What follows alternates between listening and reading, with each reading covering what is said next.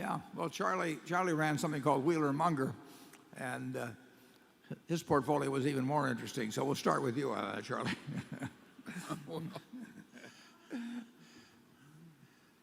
He ran a more concentrated portfolio than I did in those days. Yeah, I don't think people would be greatly helped. You wouldn't recognize the names, most of them, of the early Buffett partnership. You'd recognize American Express, but they're rattle off some of the names.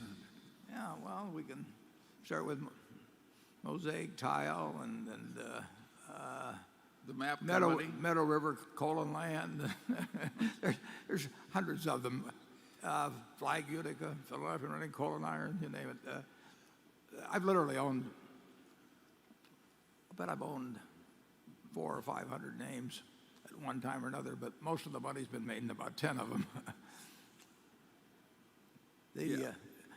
And I couldn't name 10 books either that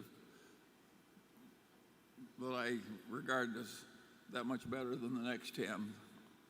My mind is a blend of so many books I can't even sort it out anymore. Yeah, well, The Intelligent Investor changed my life in terms of I literally had read every book in the Omaha Public Library by the time I was 11 on the subject of investing, and there were a lot of books, and there were technical books. Edwards and McGee, I mean, that was a classic in those days, and a whole bunch of them. Garfield Drew, but and I enjoyed reading them a lot. Some of them I read more than once, but I never developed a philosophy about it. I charted stocks, I did all that sort of thing. Graham's book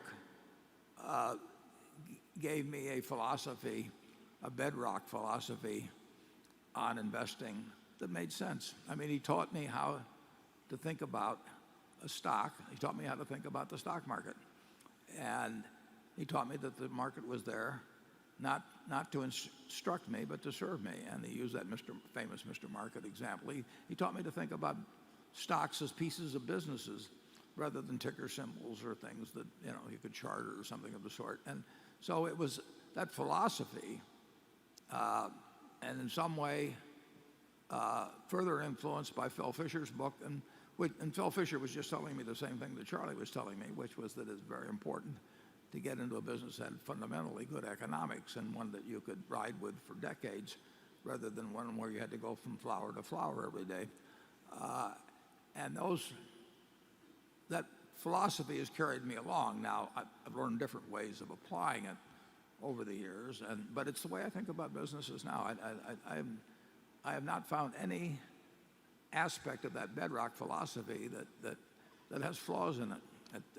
You have to learn how to apply it in different ways. So those are the books that influenced me. And of course, in other arenas, Charlie's probably read more biography than anybody that I know of. And I like to read a lot of it. We just got through reading the Joe Kennedy biography. You've read that, haven't you, now, Charlie? Yeah. I'm not sure you want to emulate everything he did, but it's still interesting reading.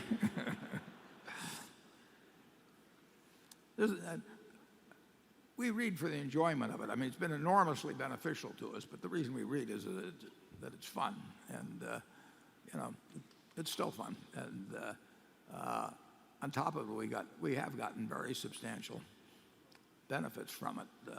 My life would have been different if Ben Graham hadn't gone to the trouble of writing a book, which he had no financial need to do at all.